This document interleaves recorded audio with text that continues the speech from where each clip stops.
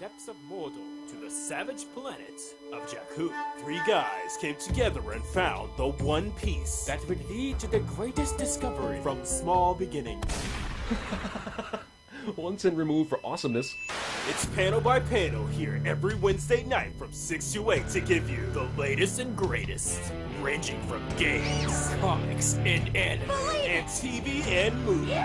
So sit back, buckle up, and get ready for an adventure for geeks and nerds alike.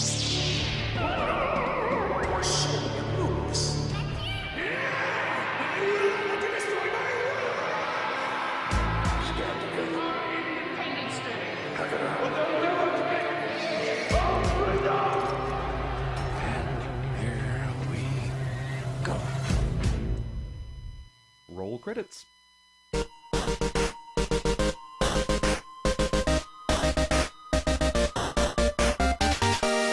Hello and welcome back. You are listening to Panel by Panel only on KSU Al Radio, Georgia's #1 online college radio station, streaming live on KSURadio.com and now also streaming on the Radio FX app. This is DJ Mic Drop. And it's John Solo. And I almost died into old habits going into old names. I was actually looking at my old name, DJ Official, when walking in, when looking at all the people that signed the wall and all that, and the people that have been here for a while. It's always good to see people that you haven't really heard from in a while and stuff like that, just from everybody that signed that wall. And speaking of people that have come and left, this is our first show, I guess, ever since that Ed Bonza, one of our own, has finally retired. So congratulations to Ed Bonza, the one who started it all for KSU Al Radio.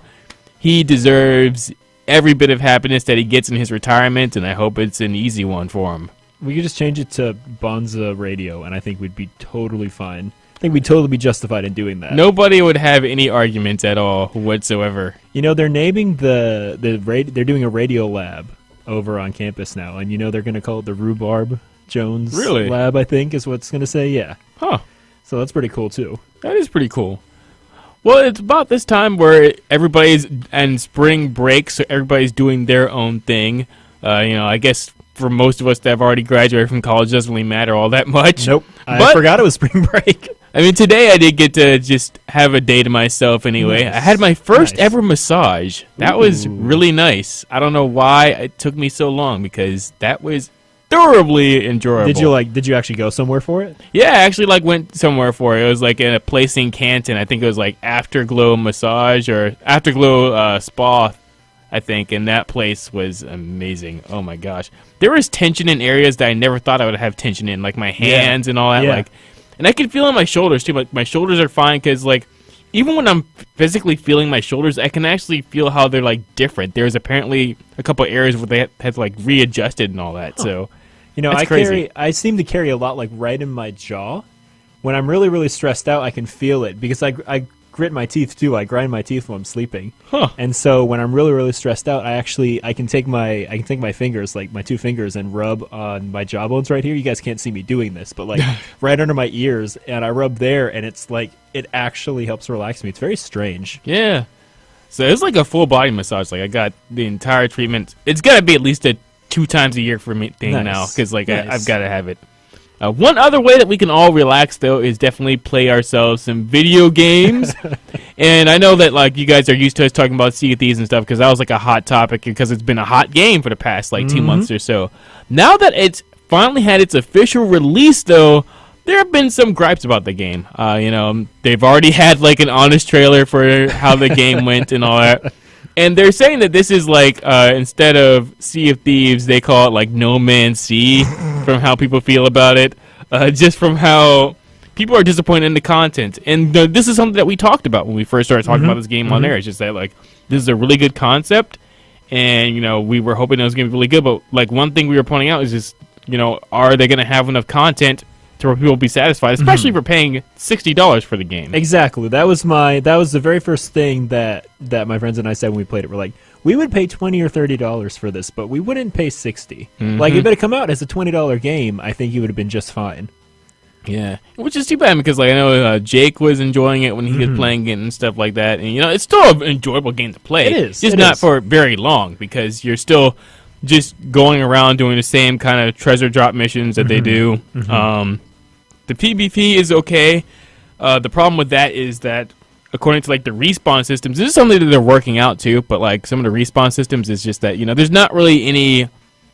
I guess the biggest gripe that people have is like there's not that big of a deal if you die. Like you can just go ahead and respawn to your ship within a matter of seconds or so after you die, and like you're not gonna lose your ship too much. It's not gonna cost you any money to get your ship back or anything like that. You just lose the treasure that you picked up. And then like if you wipe out somebody's ship that's coming after you, like they can always just come back and then they'll steal your stuff right back because then they have a new ship. Yeah, they have full supplies again. Yeah, but they are fixing a couple of things. I know one of the articles I'm reading from Polygon, they have a couple of updates addressing complaints. One is their brig abuse. So apparently, like you can like throw your own teammates in the brig and stuff. And there are also like kind of things where they didn't have. This is one thing I didn't know. They didn't have like a private party for you to make for your pirate crew and all that. Like if you had 3 friends and you all invite each other, there would be a random 4th person that would come in and all that, and he'd just be a part of your crew. So now they're working on a system to where now you can have like your own private crew, which I'm surprised it's not a thing that. Yeah, you think that would have been right away? I thought you could go in with just 3. Like I thought you could go in with just 3 people. Somebody could just dive in. I think. Oh, okay. I see what you mean. Yeah, and they also have like the separate chats. I think as well. And I think they're also going to work on the respawning system because like what usually happens is like after you die, you're in Davy Jones' locker for a few seconds to a minute or so, and then you can like swim over to a mermaid and she'll take you to the ship. I think now they're trying to increase the distance of like how far you spawn away from like your death point or something, so people won't keep on like having to rely on I'll just respawn and kill him again and stuff like that. But regardless of how much they patch in, it's still going to be a problem that there's not really much else to do in the game. There's not a story or anything like that, which is fine.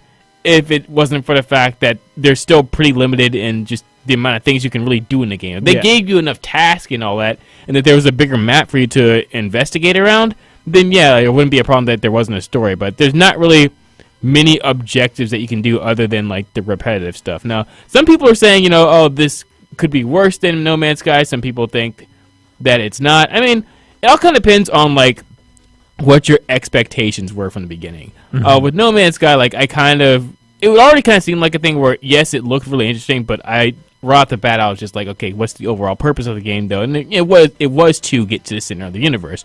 But the whole problem I think that kind of like differentiates No Man's Sky to Sea of Thieves is Sea of Thieves didn't technically really lie to anybody. No. I mean, all they did was like they showed what their gameplay was. Now they did kind of stretch it a little bit by saying, this is just a taste of what the game is or whatever, and saying that like, this is just a beta, which it was just a beta.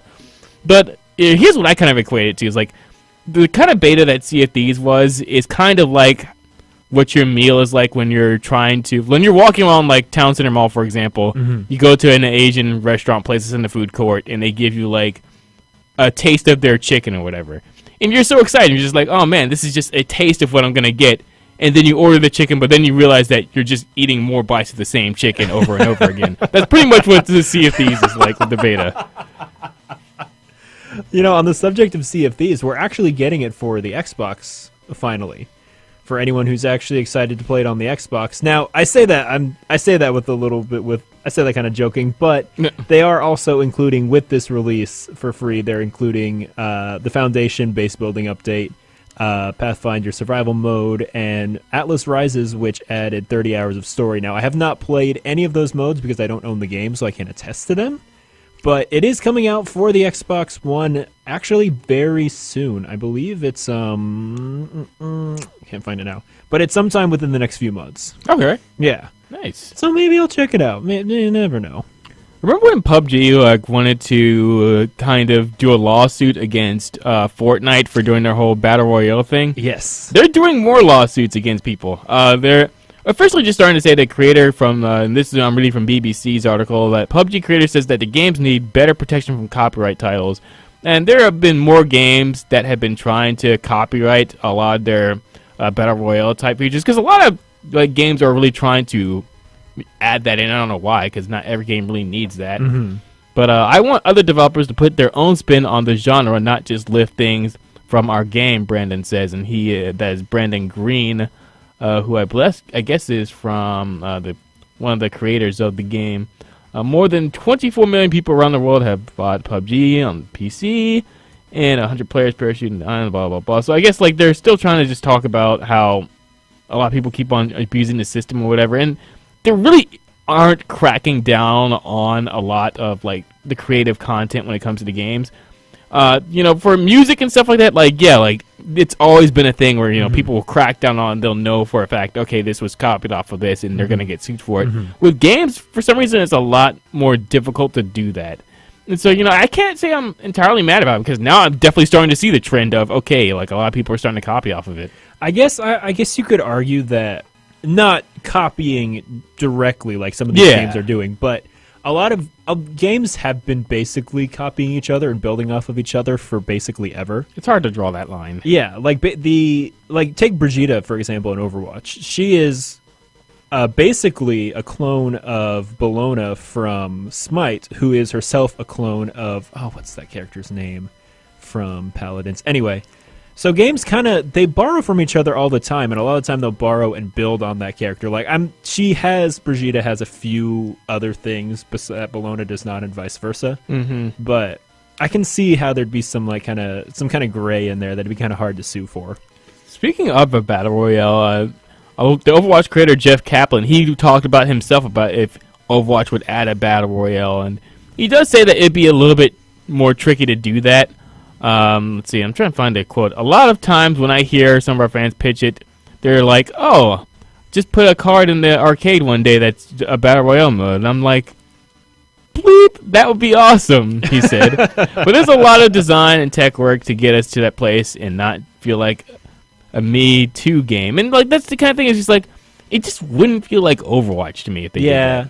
Like, the deathmatch was already adventurous enough for them, I think. Because it's kind of like going away from like the real core playstyle of the game, what you're supposed to do with it. Battle Royale isn't that kind of thing I think it would fit with that game. No. Unless they were going to do... there was an article on Forbes I read that was extremely interesting where he was kind of theorizing what they could do with it, saying that they could, for example, just have a whole new set of characters that you could play as, like certain classes and stuff you could do there that are based on smaller characters from Overwatch, or like have similar abilities to some of the Overwatch characters. But yeah, I can't imagine like trying to play Battle Royale and say, for example, somebody's a diva and you're like, I don't know. Yeah. It's just like, I don't know. Plus, like, you're not really grabbing any loot from anybody after they die or anything like that, unless they're like a health pack or something.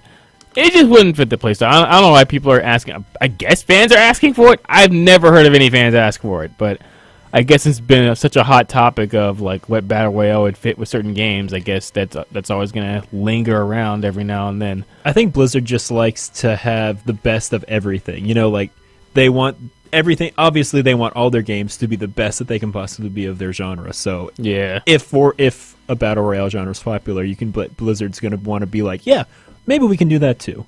Now, Overwatch may not be adding Battle Royale, but what they will be doing is they'll be adding their next PvE event, which is Overwatch Retribution.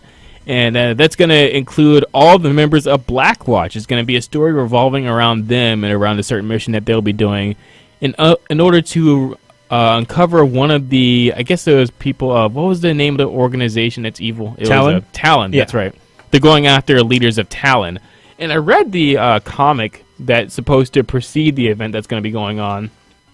And I think it's from the 10th to the 30th of April. And basically, like they're trying to smoke out one of the leaders of Talon, Gabriel, which is Reaper. Before he became Reaper, he's talking to one of the guys in Overwatch, saying, we're going to smoke these guys out because they ended up like doing a pretty hard hit on us.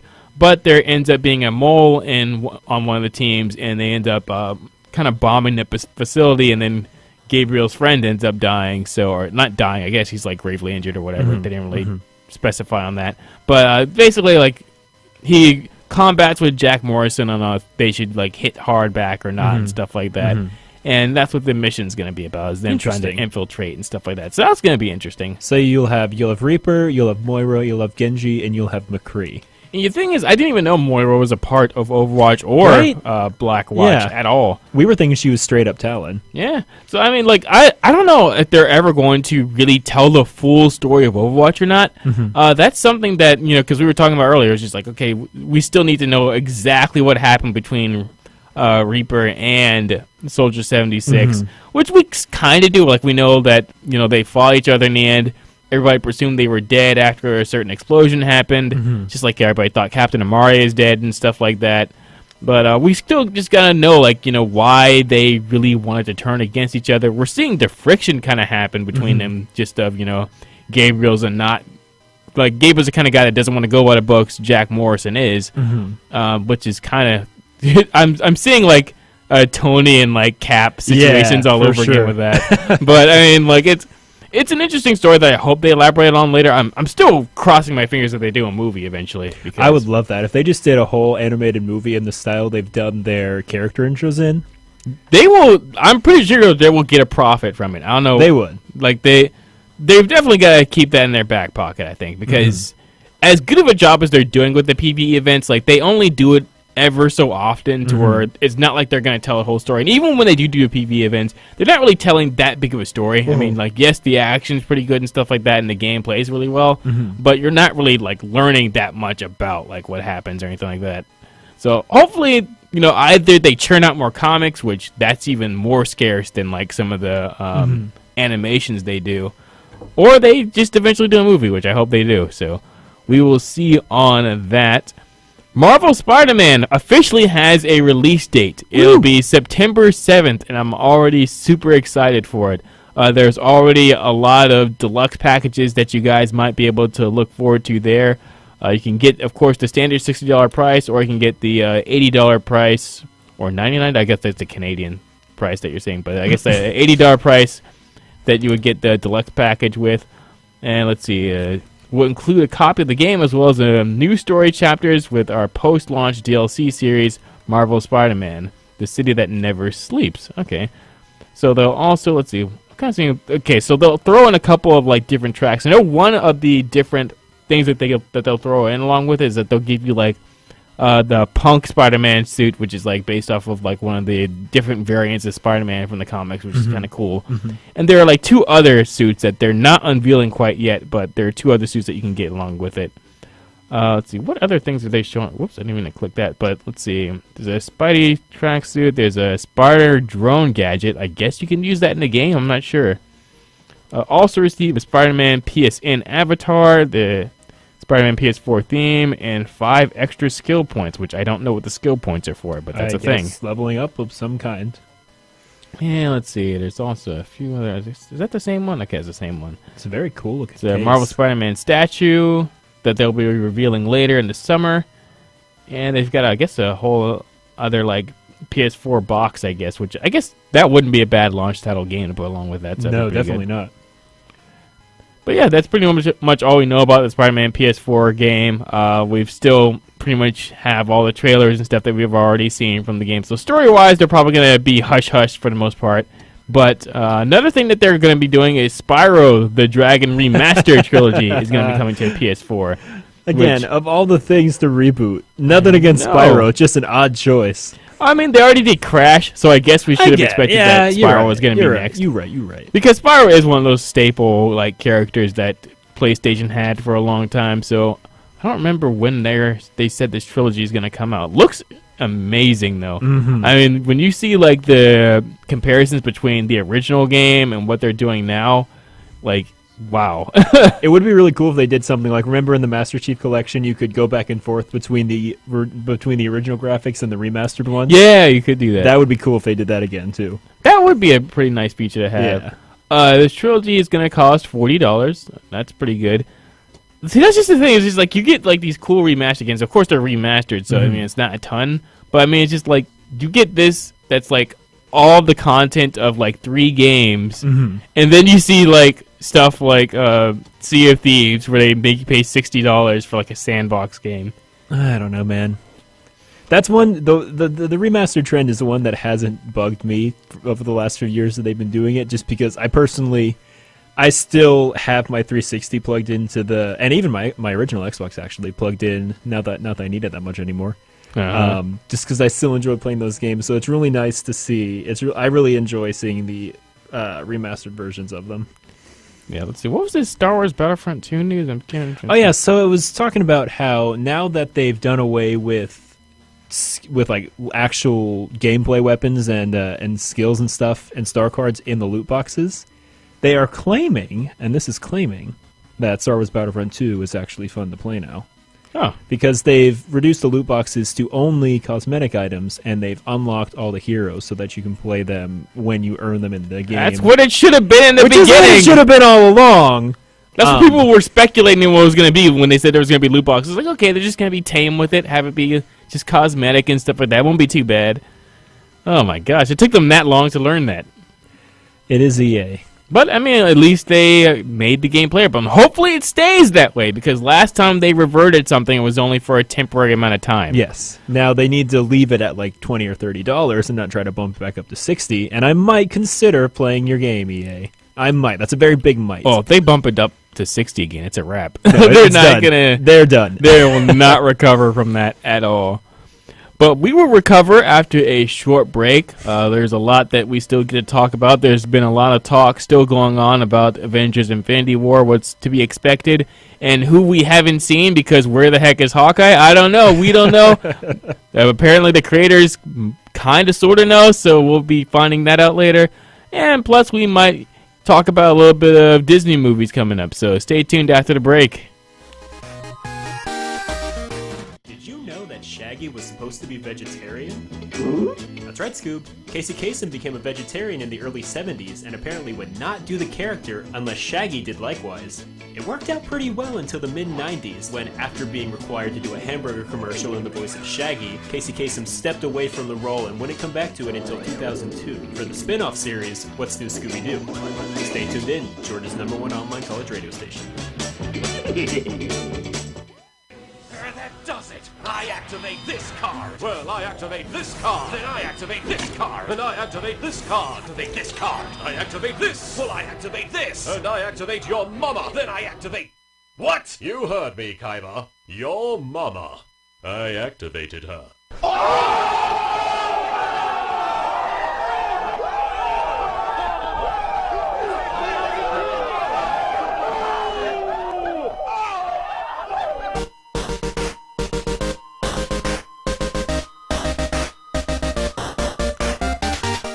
Hey there, it's Panel by Panel, and we are back activated for KSU Our Radio, Georgia's #1 online college radio station, streaming live on KSURadio.com and now on the FX Radio app. This is DJ Mike Drop. It's John Solo, and you can also check us out on panelpodcast.com, pbppodcast.com, Facebook, Twitter, and Twitch. Indeed, you can. And I always forget about that fact that Shaggy's voice actor did not want to come back unless he was vegetarian. Yeah, he was mad when they did that Burger King commercial. He was really mad about it because it was like 1990, I think, was when I said it. And so What's New Scooby-Doo didn't come out till the early 2000s. So there's almost a decade in there where he just would not do it. You know, it's not that. I guess it's not that surprising that, if Shaggy was a vegetarian, just because he looks like the kind of guy that might be, just because of I guess it's the 70s, so I guess I wouldn't say that he's hipster nonetheless.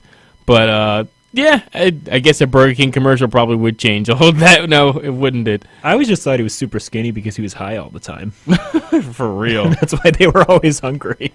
Hey, I mean, you know what does keep it real, though, with Scooby-Doo is the Scooby Natural episode. And, whenever you want to get to that, it's amazing because it's just funny because, they don't make it, too dark, but, they will make it a lot darker than traditional Scooby-Doo episodes are. That you will find people, actually die instead of, really? being oh, he turned up missing or something. Looks like got a mystery on their hands. There are certain things that happen. It's really good. I really enjoy it because it's been a long time since I've even looked at Supernatural, and I'm not gonna lie, I'm probably not gonna watch any more episodes after that. I strictly came back just to see the Scooby-Doo episode, and it was totally worth it. Yeah, I was just telling him when we were off the air, I got stalled somewhere in season 8 because I'm kind of with Easy-O on this one. How for me it kind of ended with season 5, and I worked really hard to get through 6 and 7. And then partway through 8, I just kind of gave up. I gave up through 8 partly. Spoiler alert. Do you care about spoilers? Yeah, I don't care. I gave up in 8 partly when Bobby died because I said when Bobby dies, I am done with the show, and he died, and so I left the show. Just like how Walking Dead people was just like, if Daryl dies, like we're done with the show. But at least Supernatural had the guts to like get rid of somebody. But hey, it sometimes doesn't work out. Yep. I know this is kind of late because March Madness is done because March is done. But so people have made like a lot of renditions of March Madness in terms of, I know like last year, 2 years ago, we did the whole bracket of competitions between like different characters and all that. And, oh man, was that a mess because that's just so much. It's so hard to like figure out, okay, who do you allow in the tournament? Who do you not allow? Because, we had to ban Superman because he beat everybody, and then we ended up. Hulk. Then we ended up with like Sephiroth and Yoda, who were beating everybody anyway. Yeah, it's just like, okay, do you put people with magic in like, people that use guns in different territory? Because I'm pretty sure magic must defeat magic, but you don't really know. But there have been people that have been making like different brackets as different things. I know some people made like fast food brackets last year. Nice. That was always fun. People made a Disney Pixar bracket. Okay. And so I want to get like your input on who would win against who and stuff like this. Now, there are already a couple of like day one or like first round matchups that I think are completely unfair because how things are supposed to work in a March Madness bracket is that there are certain tiers. There's like a number 1 ranked person, and then there's like, I guess if you're talking about like in basketball terms, there's like a number 16 or whatever, where it's just like they're like the lowest seed or whatever. So they're the ones that play the number 1 first, because the people that end up being like number 1 deserve to play somebody easier.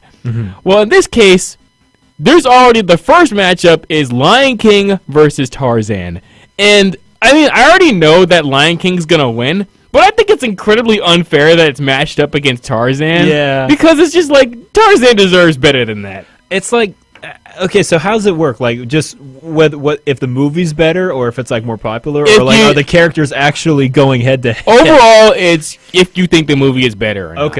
Okay. Some people do have like their kind of, I guess, their own preferences. I guess there are a couple for me as well. It's just like I'm pretty sure this is a better movie, but I still kind of like it more sometimes. Treasure Planet's not on there, so it automatically loses for me. There are some things where I'm just like, why is this thing on here when they could put something else? But I guess whatever. But I like grudgingly, I had to be like, okay, Lion King's got to go ahead because I can't just let him lose to Tarzan. But like I'm pouring one out for Tarzan because I really miss it. But I think you guys can probably find it on Google if you do like a Disney Pixar like kind of bracket. If you search Disney Pixar March Madness bracket or whatever. But we're just gonna keep going because like the next one is like Princess and the Frog and Lilo and Stitch. Yeah, I probably choose Lilo and Stitch, and which sucks because like I liked Princess and the Frog. I only saw it once though, but like it just wasn't like extremely memorable to me. So Lilo and Stitch for that. And then there's Tangled versus Big Hero 6. And that one's hard. Because I'm struggling more with that one. I have a lot of friends that loved Tangled. I have one friend that like desired to be Rapunzel, that like she grow her hair like all the way down to like her legs. But, oh man, that's difficult because Tangled has like some pretty good staple songs. Their characters are pretty good. I mean, they're not like extremely in depth, but here Big Hero 6 is like the more fleshed out story, to where like you get people that die, or not that Disney shies away from death because they do it weird, all the time. Like, because Tangled is essentially a comedy, right? Like it has its serious moments and it has its like Disney heartfelt moments, but it's basically a comedy, whereas Big Hero 6 isn't as much. Big Hero 6 is a lot more serious in a lot of ways, so that's an interesting pair up. I would probably say Tangled. Not that I don't like Big Hero 6. I just really like Tangled. See, that's where you and I would differ. I think I'm going to give the edge to Big Hero 6. You think so? I think so. So I mean, that's going to be interesting, like because like, we could do our own scenarios or whatever. We keep on going on a bracket. The next matchup would be Frozen versus Moana. And I'm trying to like be careful to like not fall into too many like stereotypes of like people just like hating on a movie because of a certain reason. Because I know Frozen got popular and people kind of hate on it because it got popular. I still kind of want to give the edge to Moana though, just because that's how they incorporated the story. I mean, like it's not like Frozen was lazy with their story or anything. I mean, like they were one of the first Disney movies to like enter the thing of like, oh, you don't need a man all the time or whatever kind of thing. But I mean, like, I don't know, Moana still kind of did the same thing. Like, she didn't get together with anybody, and they did fine with like the music. It said Lin-Manuel Miranda did the music. They did fantastic with that. It's hard because my first instinct is to say I liked Frozen a little bit better, but then I realized that Lin-Manuel Miranda was also in Moana. And that just kind of bumps it up just on its own, aside from the fact that it's just a good movie, and it was so well done. I don't know if I can pick on this one. Yeah, because Frozen music is good too, really. Because, it's still really catchy and all that, whether you like Frozen or not. I mean, like, there's still some certain parts to it. Like, it's really good. Mm-hmm. I might have to get back to that. We'll come back to that one. Aladdin versus Hercules. I'm gonna give it to Aladdin. I've watched Hercules a lot when I was younger, but like Aladdin's still just like that staple franchise and like movie that's like, yeah, I just don't think Hercules tops it. If I were being strictly objective, I would say Aladdin. Mm-hmm. For me personally, I love Hercules. I've watched Hercules so many more times than I've ever watched Aladdin. Really? Aladdin's great, yeah, but Hercules, I don't know why. I just really, really like Hercules. Huh. Let's see. The next matchup is Little Mermaid versus Pocahontas. Little Mermaid. Yeah, not even a question there. This one is extremely hard. Oh my God. Mulan versus Zootopia. What? That's not even fair. You can't say that. How can you put those matchups together? Because, like, okay, I'm already going to tell you guys what the other side of the bracket. They have Toy Story versus Toy Story 2 going on. Why would you put, like, the same kind of movies together, whatever? Wait, I thought they had Toy Story what's with Brave? Oh, Up. Oh, yeah. Up is with Brave? Yeah, Up's against Brave. Up should have been against Inside Out, but whatever. I know, right? Anyway, because they're both emotional movies, and that would have been a great matchup. Oh, gosh. Mulan and Zootopia, though. Oh, I liked Mulan a lot, but then Zootopia's like one of the better, like more modern ones that we've had in a long time. Zootopia had so much to say, too. But Mulan has I'll make a man out of you. Yeah, Mulan's message is like the same way, like back then, like a couple years ago, when it was just like, women getting a bit more empowered. Like, I think she was like one of the more different, I guess when you think about it, she's one of the more different female protagonists and just the way she did things. Yeah, she's up there. She's up there in the trend with Merida and with Judy from Zootopia. Man, just like how Tarzan had a quick end, like I hate to do it to the Zootopia, but I gotta put Mulan ahead of Zootopia. I mean, Mulan has the benefit of being a classic, whereas Zootopia will become a classic eventually.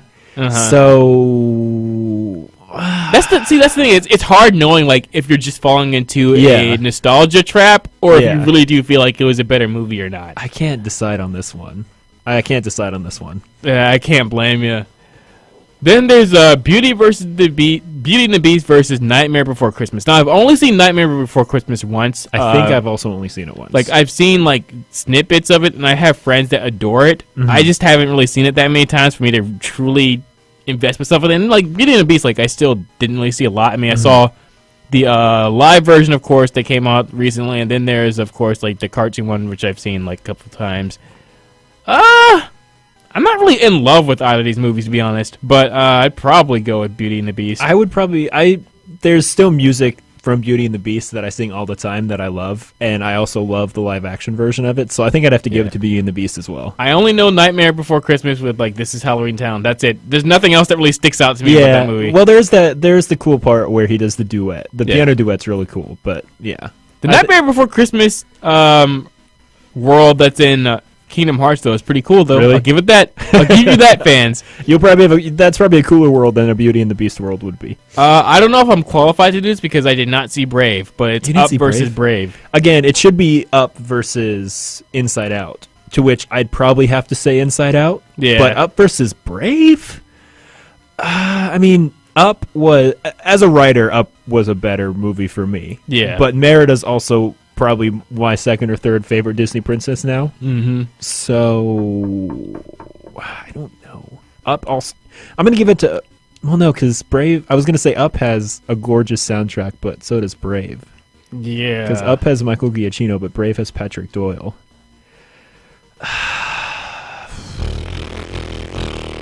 It's tough, man. I don't know. Yeah. Can we just do Up versus Inside Out and say Inside Out? I know, right? I mean, I guess I'll shoot. I can't decide on this one. Maybe personally, I enjoyed Brave more, but Up, I think, is better written. So I guess I'll give it to Brave. Okay. Yeah. This is why I kind of wished Easy O was here, because he'd Yeah. be the tiebreaker in all this. He would. Let's see. Toy Story versus Toy Story 2. Not even a competition. Toy Story 1. It's not, a lot of people give 2 a lot of flack just because it's the lesser of the 3. It's not bad. Like, it's still there's no pretty bad good. Toy Story movie. Yeah, at least not yet. They're doing Toy Story 4 later, which that's going to be a thing that's going to be in 2019. Like, a lot of people have been posting about it. That's on my timeline on Facebook. They're just like, oh, I'm so excited for this. I'm just like, but did they really have to do 4, though? Why? I don't know. Like, I'm just slightly concerned. I shouldn't be, because they haven't made a bad Toy Story yet. But it just felt like how they ended things on 3, it just seemed like the end, It wrapped it up, yeah. So it almost seems like 4 is like a reboot with a different kid or something now, Yeah. but it's just like, I don't know what to do.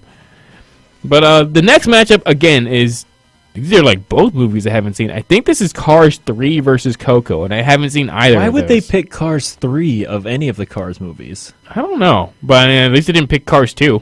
'Cause, nobody liked that. I am not qualified because I've also not seen Coco, so. Yeah, so we'll just skip through that one. Toy Story 3, because I'm pretty sure they'd lose to whoever is on top of that bracket anyway.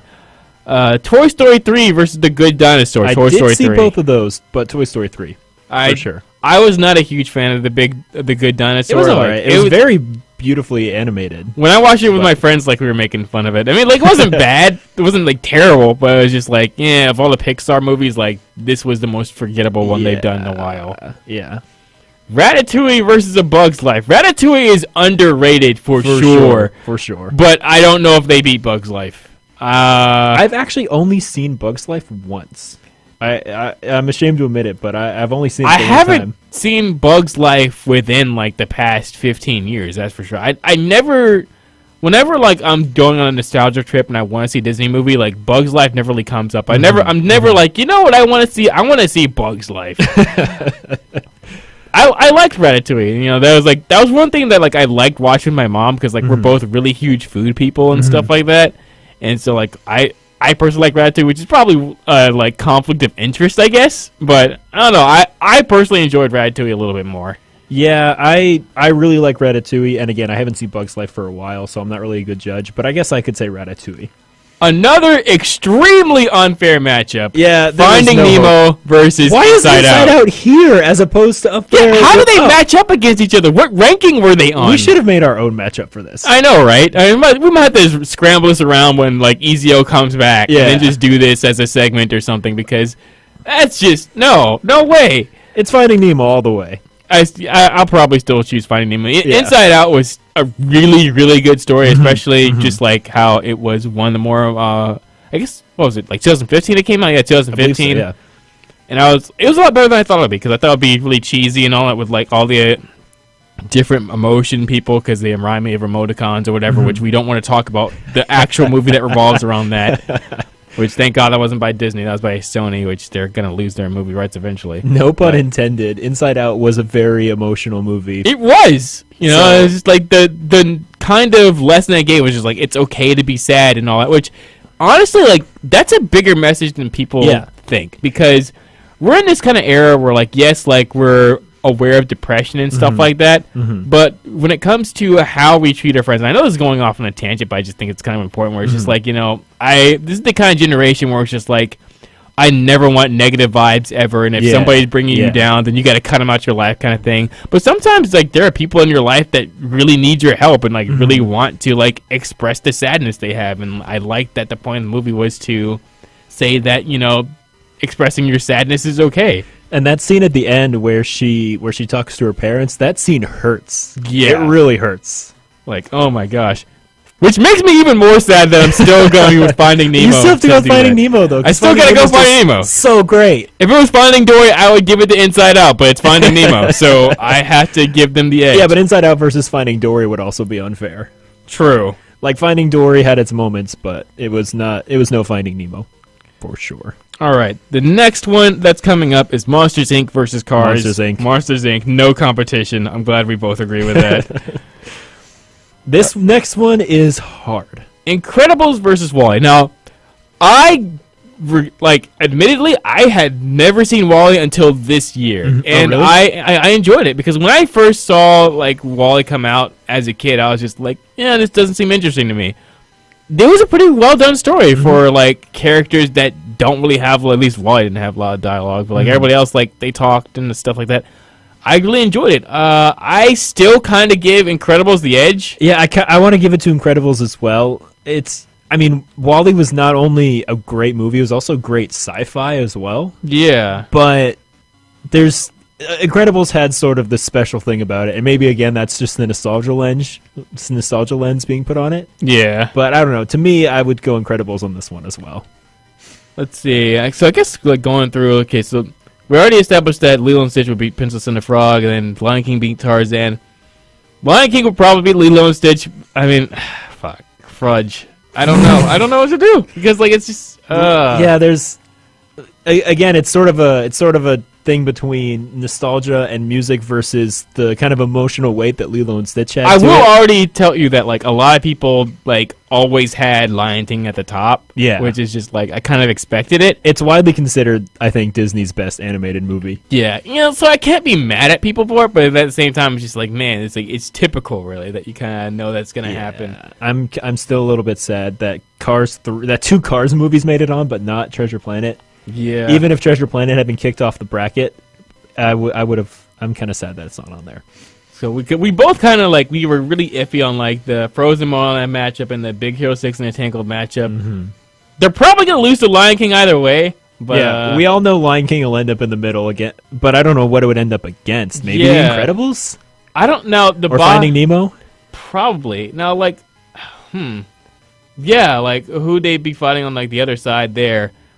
Now, who would eventually be playing against Lion King when it comes to Aladdin, Hercules, Little Mermaid, Pocahontas, Mulan, Zootopia, Beauty and the Beast, Nightmare Before Christmas area? I'm not sure if any of those beat it. They probably wouldn't beat it. I don't know who would get. The person that would like get closest to it would probably be. Oh gosh, Aladdin could make it. Probably Aladdin. I liked Little Mermaid for some reason. Like I'm not really as in love with Little Mermaid as a lot of other people. I love the music of Little Mermaid a lot more than I love the actual movie. Yeah. Kiss the Girl and Under the Sea are two of my favorite songs ever, but the movie itself is just... Yeah, it was okay. I guess on the right side then... You're going to end up with probably The Incredibles, Monsters, Inc., Inside Out, Toy Story. Toy Story 3 will probably make its way up, like, up to here, near the end. At least on that side, compared to all the other competition, because they have like the Good Dinosaur, Coco, and well, then again, like I don't know what Coco is like, so I guess I have to reserve judgment on that. I wonder how Coco even did. I don't meant know. to see it. Let's find out. If I were to say anything, I think Finding Nemo would probably eventually be up against The Incredibles, though. Dude, Coco has a 97 for the critics and a 94 for the audience. Huh. Wow.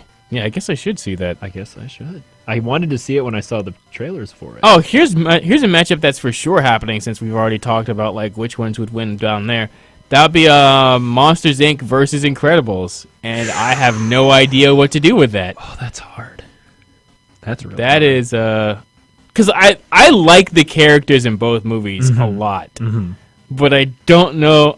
And then the story-wise, like they both had really good stories too. Like they weren't just like extremely linear. They had a few bumps on the road and all that. That's Oh really man, hard.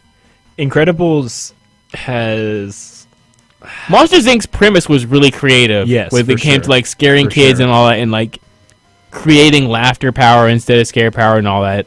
I like the creativity there. And I've got an emotional connection to it because my little sister Maria, we've been calling her Boo for like 10 years. Oh, really? Yeah, because she looks like Boo. She had the dark hair and dark eyes when she was little. Huh. So, yeah. So, that's hard, though, because Incredibles has so much style. Yeah, I don't really know. Oh man, that's tough. And Incredibles has some of the best lines. I guess Monsters, Inc. does as well. But Yeah. Incredibles is very quotable. Incredibles does have a lot of good quotes. There's only so many things that you can really quote from Monsters Inc. Yeah. Not that I'll fault them for that, but there's not a lot of quotable things for it. Yeah. Oh boy, I don't know what to do with this one. That is rough. What do you guys think, listeners? If you had to pit Monsters Inc. against The Incredibles. Which one would you pick? You can send it in to us on any of our social medias.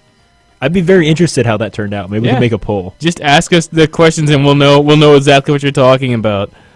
But I guess we know Lion King's gonna make it to the end, and I guess maybe Toy Story 3 would make it. Toy Story 3 might make it. Up might make it. Although I will say with Up, that it had a lot of emotional weight at the end and at the beginning, but in the middle, in the middle it was more. In the middle, it was funnier. Yeah. So, I don't know.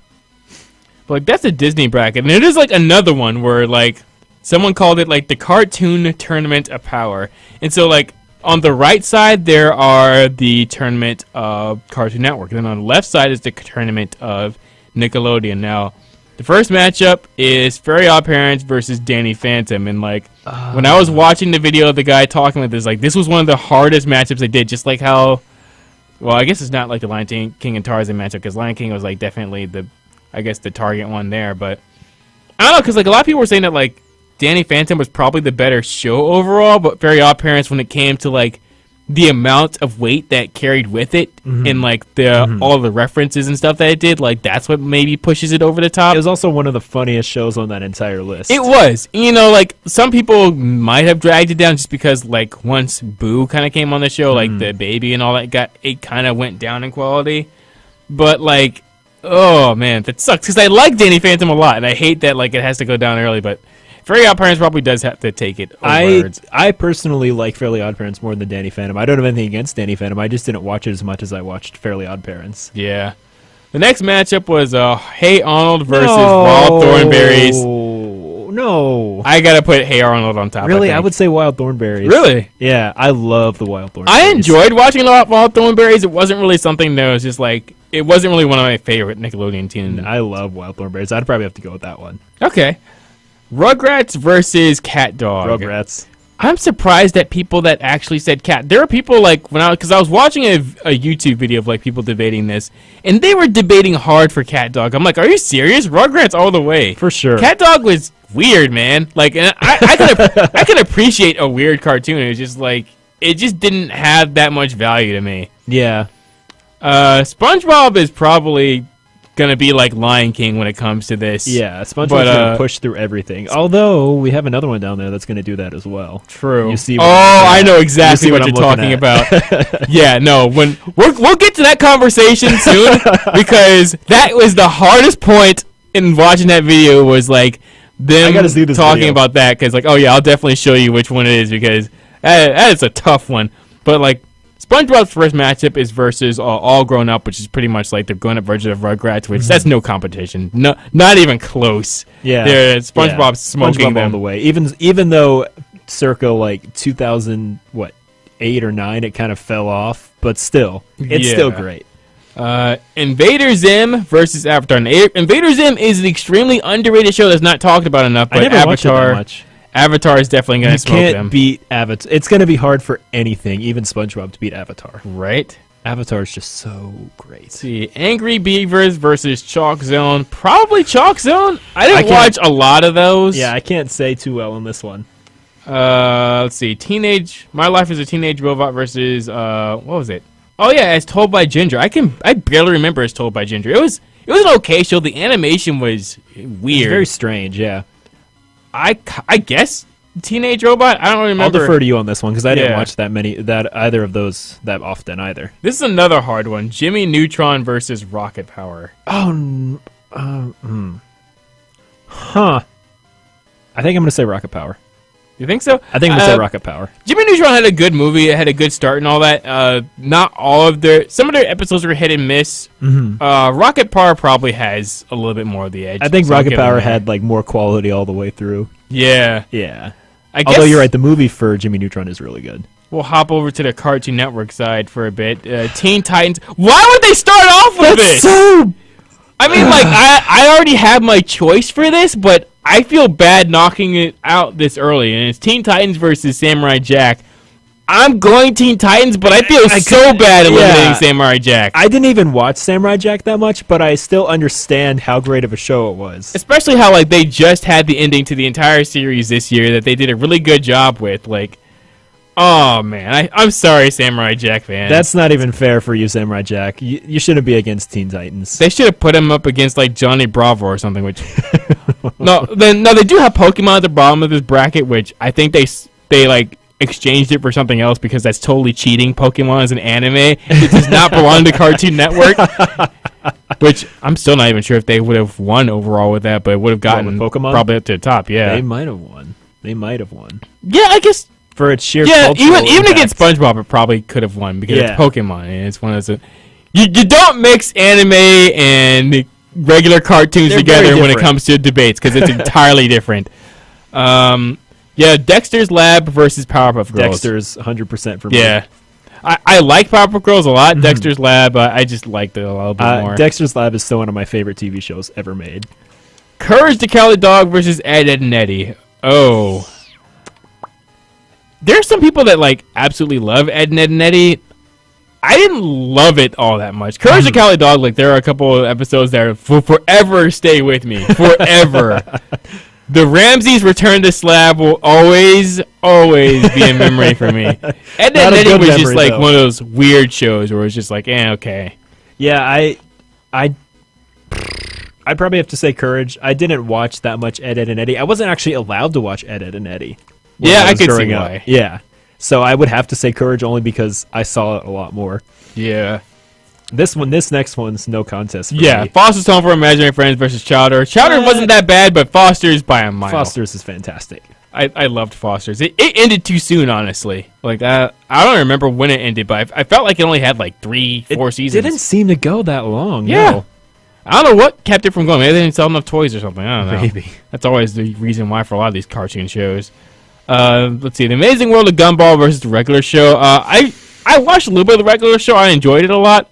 Gumball, I only see a little bit every now and then because like that's like one of the really new ones that like, you know, you expect it to be really kiddie, but then if you actually sat down and watched it, it actually had like a lot of adult themed jokes. Gumball is hilarious. Yeah. And regular show is as well. Regular show is a lot more dry humor, I think, than Gumball is. But I've been like in stitches laughing at Gumball, so I probably Gumball is pretty good. I'll have to do that. Yeah. This was kind of hard because I barely like. I liked the first show that's coming up, but like it's Code Lyoko versus Ben 10. Now I don't know how vast a Ben 10 they're talking about because there's the original Ben 10, there's Ben 10 Alien Force, there's Ben 10 like Ultimatum or whatever. So there's a lot of like different versions of Ben 10, but I'd probably go Ben 10 because like I liked Alien Force a lot. I'll defer to you on this one. Code Lyoko, like. I liked Code Lyoko. That sucks that they got to go against Ben 10, but I guess I'm going Ben 10 on that. The Grim Adventures of Billy and Mandy versus Kids Next Door. Oh my God. Oh, why would you do this to me? I loved Billy and Mandy, but like it's Kids Next Door, man. It's got to be Kids Next Door. It's Kids Next Door. I got to do it. I don't remember what they switched out with Johnny Bravo, but like they had. Because Pokemon was against Johnny Bravo, Pokemon would obviously win. But I don't remember what they... I think they probably put in... What did they put in along with that? I don't know. I might just skip through that because I can't remember. It sucks that Johnny Bravo has to go against Pokemon because I think Johnny Bravo's underrated as well. Yeah, it is. But Pokemon, just has to do it.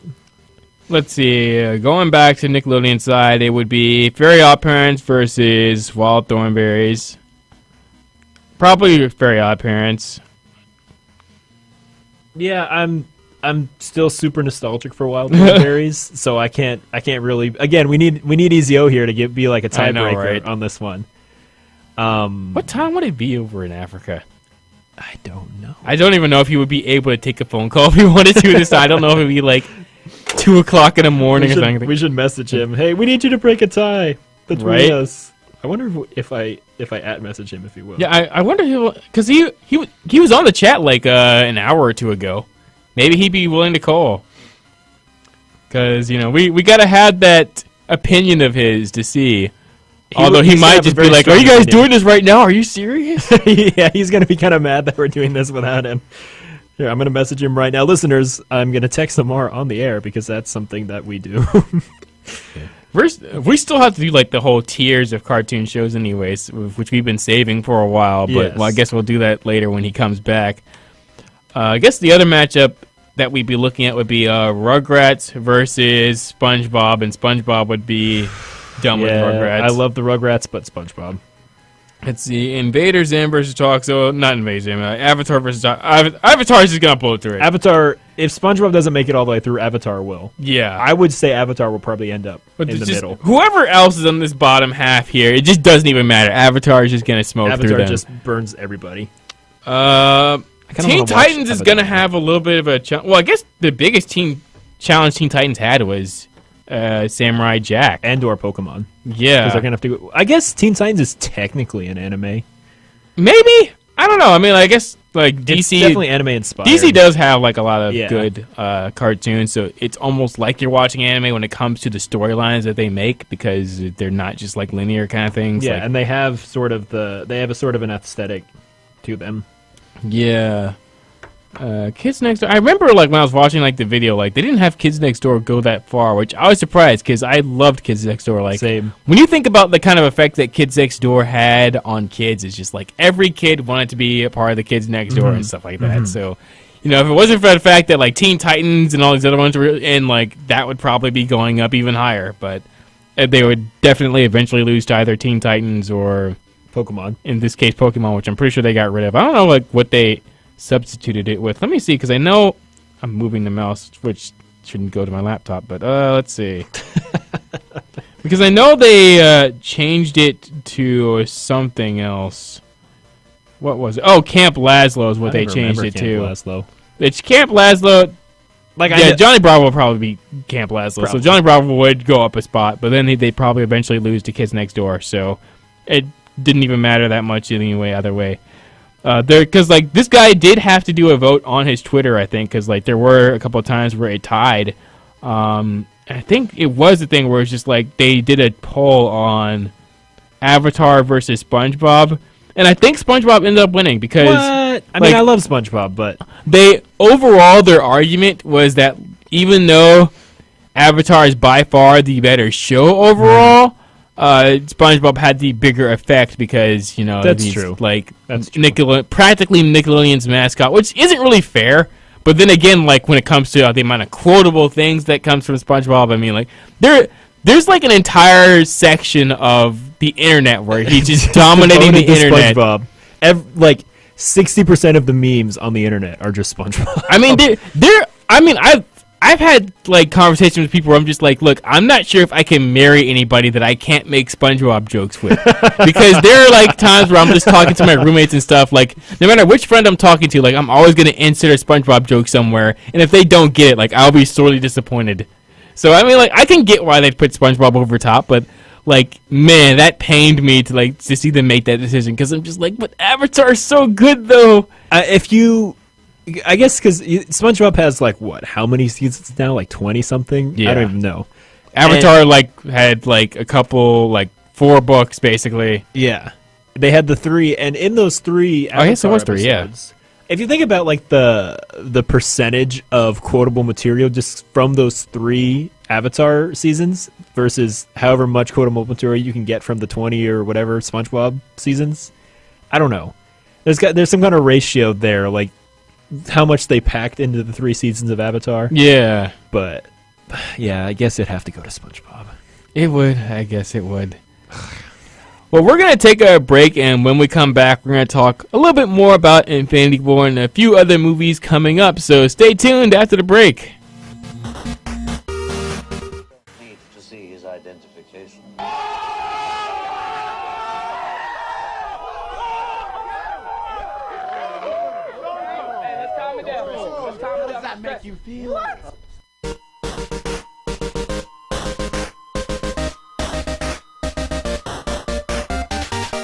Hey, and welcome back. You're listening to Panel by Panel only on KSURadio.com, Georgia's #1 online college radio station, streaming live. Oh, I guess I always say KSURadio.com first sometimes, and that kind of messes me up. I was like, oh wait, it's supposed to be KSU Radio and KSURadio.com. But either way, this is DJ Mike Drop. It's Commander John Solo.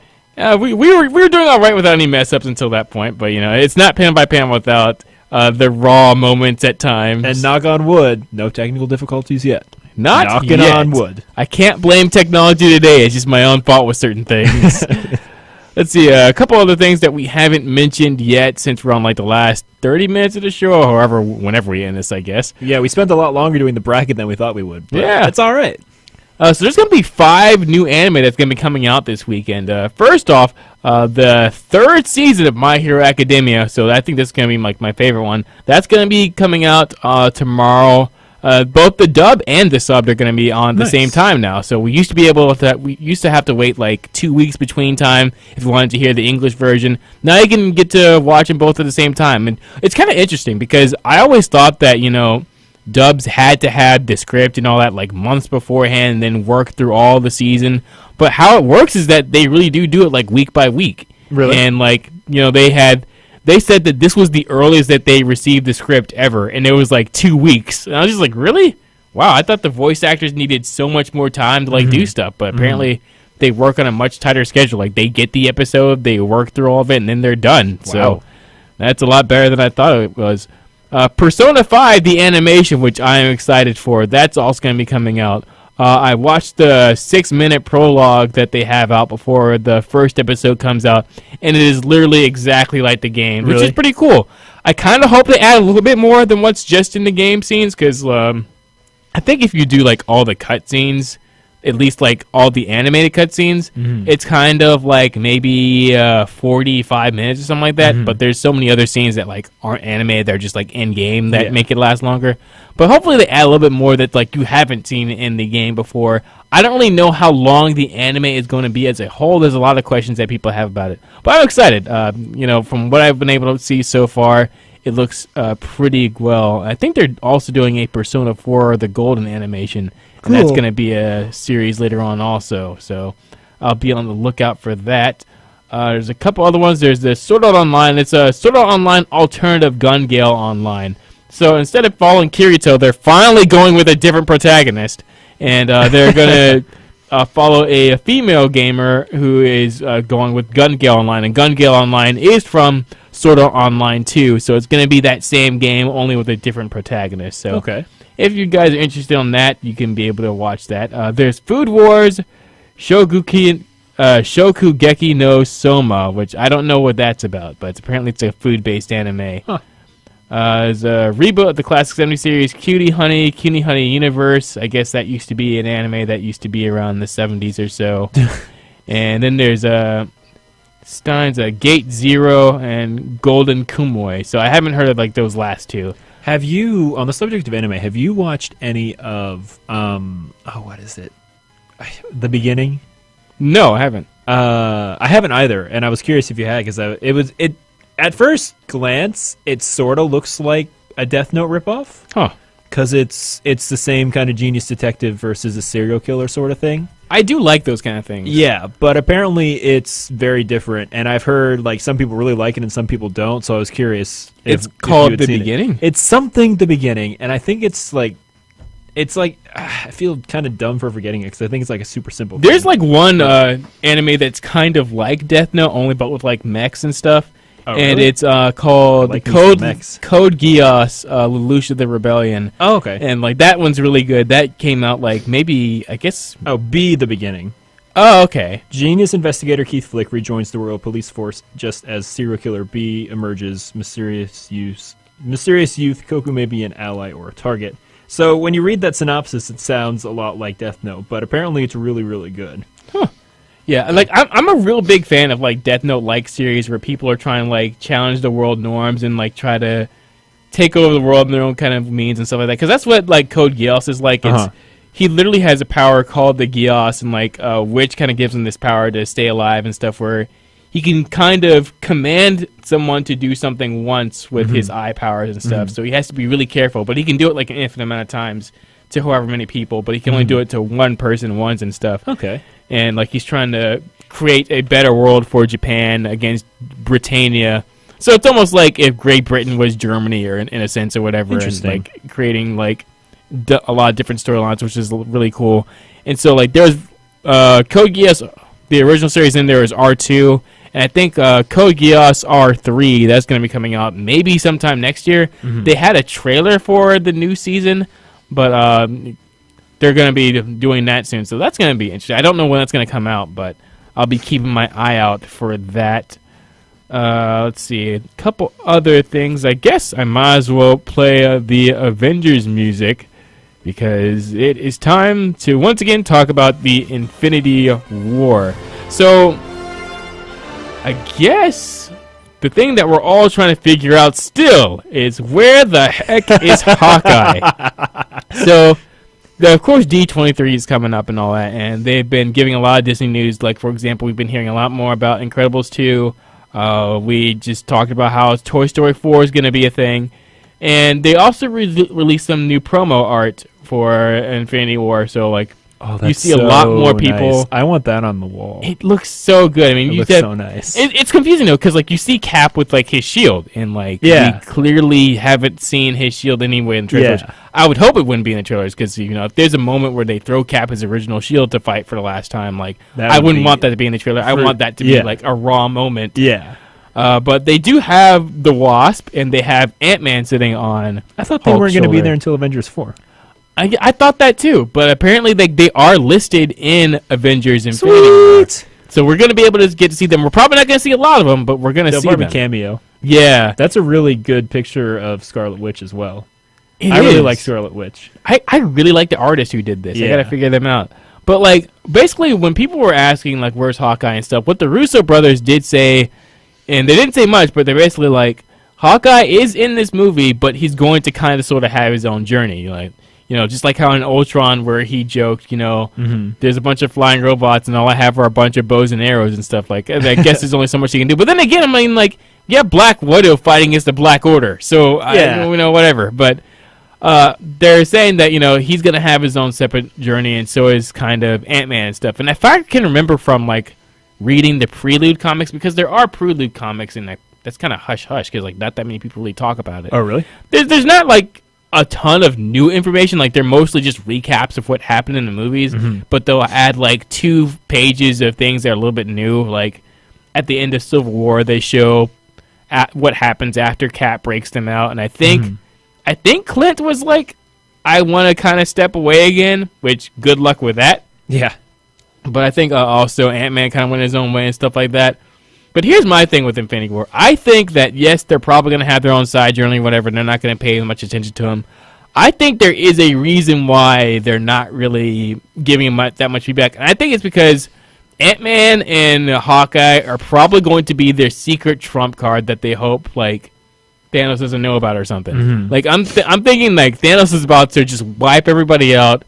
He has a few of the stones. He's about to just kill everybody. And before he can do the finishing blow, Hawkeye shoots an arrow at him. Thanos probably kills him, thinking that everything's done. But then he doesn't realize that Ant-Man was on the arrow. And then he, like, grabs the stone from his Infinity Gauntlet and maybe grabs the Time Stone and then reverts time or something. I don't know. Because then we see in, like, Avengers 4 with the set pieces how, like, we see Captain America with his old Avengers 1 suit. And then we see a couple other things. Okay. So I think, like, they've already kind of said that it is kind of going to involve time travel. We don't know in what way, but at least that's my theory on what's going to happen. I don't know. That, you know, if that actually does happen, I might be a little bit salty at you for calling it. And we have it on recording, folks. I will.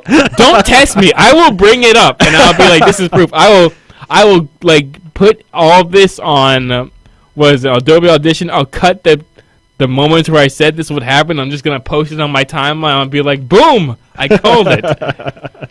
You know, I'm in the minority that I actually sort of hope that Hawkeye won't be in it. Not because I don't like him. I love him. Just to control him? No, it's that I love him, and I don't want him to die because he has kids. True. You know? Like, he has a little bit more to lose than the rest. He has smaller agents. You're right, he has smaller agents. So if he's not in it, if he's, like, safely out of harm's way, I will be totally okay with that. But I know he won't be. See, there's any other Marvel news? I guess there was... Other than, like, the Spider-Man game coming out, I don't think there's much else. There's been, like, a lot of speculation of an Infinity War and stuff like that. And, of course, we're trying to get a group together to watch Infinity War soon. Always. And that's probably going to be a blast. We're trying to see if we can get Miss Paige back in the only action because we haven't seen her in centuries. Oh, did you add her to the group? I did add her to the group. I will never give up. I guess part of things that are going to be a part of Marvel news also. One, people are kind of speculating when Fantastic Four are going to be back into the picture, both when it comes to the movies and when it comes to the comics. Because one thing that some people may not know is that the Fantastic Four has actually been disbanded in the comics for quite some time. It's been maybe about like 10 years since the last Fantastic Four like full-on comic series has been on. Well, they're finally bringing them back. The Fantastic Four are finally going to have their series again. And I don't remember, I think Dan Slott and Sarah Pichelli are going to be writing the books. And let's see, I think it's going to be coming back sometime this year. I don't know if they specified on when they'll bring the comics back, but they're finally going to bring them back together because I know within the past couple of like comic book issues I've been reading, they're kind of slowly hinting at it. It's kind of weird because like Reed Richards, Mr. Fantastic, like right now in the comic series, he's literally creating new universes because of what happened in Secret Wars, where like the multiverse was completely destroyed. So he was in charge of bringing all the universes kind of back into order, which is kind of amazing that he has that power, but somehow he got that power. I don't remember how he did, but Secret Wars was really confusing. But anyway, they're going to be bringing that back. But I think that's all when it comes to Marvel news. We're just sort of waiting for Infinity War at this point. We got 3 weeks. That's what it's going to be like, which I guess I can wait 3 weeks because 10 years ago I thought this day would never arrive, really. Like when we first had Iron Man and all that, and they're just like, oh, there's going to be Infinity War. I'm just like, 2018, that's so far away. Not anymore. 3 weeks. I'm scared, man. I don't know if I can stand losing any of them. I know. It's just like, and eventually we're going to have to accept the fact that certain actors aren't going to come back and stuff. Like, it's all feels so surreal. I mean, again, like, we still have Avengers 4, so it's not quite time to say goodbye yet. Yep. But we're still going to see some people die. We're going to say some goodbyes, and I don't know if I'm ready for it. I really don't. Oh, man. One movie that's going to be coming out, Fahrenheit 451. That is very interesting. So this is an HBO movie, I guess. It's not a series, I don't think. I think it said an HBO original movie. And it has Michael B. Jordan involved. If I ever thought of them doing a Fahrenheit 451 movie, I never would have thought that Michael B. Jordan would be in it. Which I'm not complaining. Awesome. But because it's awesome. Like, it's amazing. Like, so like I kind of barely remember. I know that like out of all the required reading that I've had to do in high school, Fahrenheit 451 was probably one of my favorite ones I've had to do. Yeah, for sure. Aside from the one about the kids on the island or whatever. You liked Lord of the Flies. You liked Lord of the Flies? It was okay. Like it was like I hate that book. It was better than like reading Scarlet Letter and stuff like that. I like the Scarlet Letter. Huh. I actually enjoy. I had to read Scarlet Letter and Pride and Prejudice, and I liked both of those. Pride and Prejudice was a good read. Scarlet Letter just seemed like such a chore for me to read. Really? Yeah. I thought I don't know. I liked it. And then my actual, I guess we're getting a little off topic here, but my actual favorite book from required reading was a book called East of Eden by John Steinbeck. Huh. It's a really interesting thing. It's sort of like, it tracks these two families that are eventually related by marriage, right? Mm-hmm. And he sort of keeps this Cain and Abel thing going throughout these 3 generations of the family. Huh. And in like the main part of the story is like the middle generation, like the 2 sons that are basically Cain and Abel and their 2 families. And one of them marries this absolutely terrifyingly psychotic woman named Kathy Ames. And it's just such a good story, and it's so well done. Anyway, that does sound like a... Dang, why didn't I get to read that? Wow. It's really good. It's also 600 pages long, but it's really good. Oh my gosh, well dang. But anyway, yeah, Fahrenheit 451 was also very good. For those of you that aren't familiar, it's basically it's one of the original sort of future dystopian books, along up there with 1984 and Brave New World, which is much older than both of those. Mm-hmm.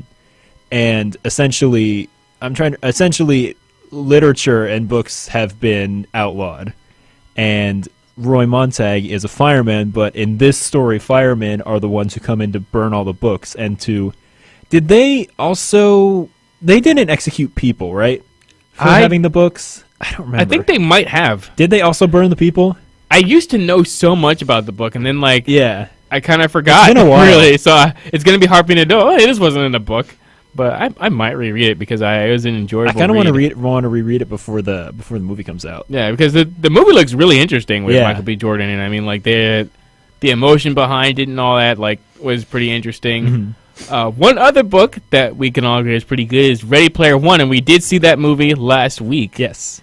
And that I enjoyed that a lot more than I thought I would. I am very pleasantly surprised with the movie for Ready Player One. I've been sort of following the movie and the book for a long time, and I've sort of been following the kind of disagreement about it because there's a lot of people that really, really hate Ready Player One, and they don't like Ernest Cline. Not as much the movie, but the book. Oh. For different things, they criticize it for different things, like relying on the references for instead of actual like emotional impact. And Oh, wow, that's a criticism they have of the book. Okay. yeah, and they kind of criticize his handling of certain characters and certain issues. Like they criticize the way he handles H's character in the book, which is a spoiler alert if you guys haven't read the book or seen the movie. So I guess we can talk about it later. We'll probably do it later. Yeah, but he also, I really, really like the book, and I'm really, really happy the movie did a good job with it. And also, I think improved on some of the things from the book. That's what I hear. Yeah. Like, some people talk to me about how some things in Ready Player One is almost like they're reading Tolkien when it comes to, like, him describing certain things. Yeah. It kind of gets a little bit dry sometimes. Yeah, he'll kind of, he likes to go in and like, and I thought it was great. And honestly, the book is sort of written to be this, and a lot of people that don't like that, I would argue that it's not exactly written for them, and that might sound pretentious, but Yeah. it's kind of written for the people that can look at these lists of these references in the book and be like, hey, I can appreciate that. But I can see how if there's one part where he describes the DeLorean that he drives that you see in the movie. Yeah. But he goes into much more detail about it and like all these different things that he put into it from different movies, and he talks about like how he put Ghostbusters stickers on it and stuff. And if you're into that sort of thing, it's a lot of fun. And if you're not, I can understand how it would be kind of what's the word I'm looking for? Tedious to read. Yeah. But the story itself, I think, just has a lot more to say than just that. What do you think? You just saw the movie. Yeah, because but- I only saw the movie. I'm like, when I first saw the previews for the movie, my concern was that just like how people had concerns with the book in terms of they're going to rely too heavily on the references and stuff, and they're just going to throw stuff in there. Because like that's what the like previews was like. Like the previews made it seem like, oh, it's just going to be them throwing out Iron Giant and Tracer and all that, and try and rely on that a lot. But it didn't. Like it was just small things that they added along with it. The previews did. I don't think the previews did, at least until the end, kind of like right before the movie came out. The previews, I don't think, did a great job of kind of selling what the book's actually about. Yeah. And what the movie's actually about. So I can definitely see that. It is doing really well, though, which I'm happy about. It hit like 53 million or something opening weekend. Okay. Yeah. Yeah. Yeah.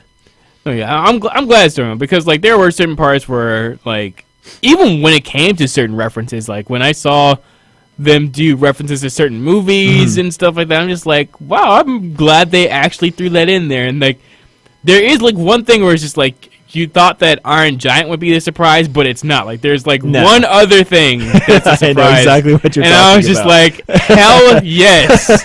It was amazing. I love that. So the surprises they had were really cool. The world building was phenomenal. I liked how they like talked about the Oasis and stuff like that. The characters were pretty good for the most part. Mark Rylance did an absolutely beautiful job with Halliday. Sort of capturing like he played him very almost, I don't know, he almost depressed. Was he supposed to be like that awkward kind of guy? Yeah, in the book he was extremely awkward. Like in the book it's said pretty much flat out that he had Asperger's. Yeah. Where they don't really do that in the movie. They sort of focus more on just him being incredibly socially awkward. But yeah, the whole book and the movie is sort of, it's almost like I would argue that Halliday's almost more of the main character of the story, like thematically. I could see how that'd be a thing. Than even Wade is, even though Wade is the protagonist. Like the story is really about kind of going back almost in a sort of, and more so with the movie, almost in a sort of to the moon way, going back through his life. They, you know what I mean? They really are going through his life when Exactly, going yeah. through the entire movie, really. Yeah. Because like they're going through like memory recollections in order to get clues about certain things and Yeah. stuff like that, which Yeah. I thought was really cool. And that's another thing. It was just like I thought it was pretty funny how a lot of people that were, I guess, fanatics of the game, like they were also fanatics of him, the person, as Yeah. well. Yeah. I mean, for their own selfish reasons, but like they learned a lot about his life on purpose, and I thought that was pretty cool. Mhm. But I think the outside of talking about Ready Player One, there's not really much else news that I Yeah, have we left. hit all our points, I believe. Yeah, which with about like 10 minutes to spare, so that's a lot better than what we usually do. Yeah, instead of going over for 40 minutes. True. And there is material from like the past couple of weeks, but I don't want to just feed you guys old news for the sake Yeah. of padding time. Exactly. So we'll definitely have more for you next week, though. We do plan on streaming soon. Hopefully, I know that we got you guys. We wanted to do the streaming. We had to kind of work out some kinks every now and then. I had to upgrade a few things. So hopefully next time that we stream, it will go a lot smoother, and we'll let you guys know when we will stream next time. Yes, for But sure. otherwise, you have been listening to Panel by Panel only on KSU Our Radio, Georgia's #1 online college radio station, streaming live on KSURadio.com and streaming on the FX app. This is Mike Drop. It's John Solo. See you next week. Stay shiny.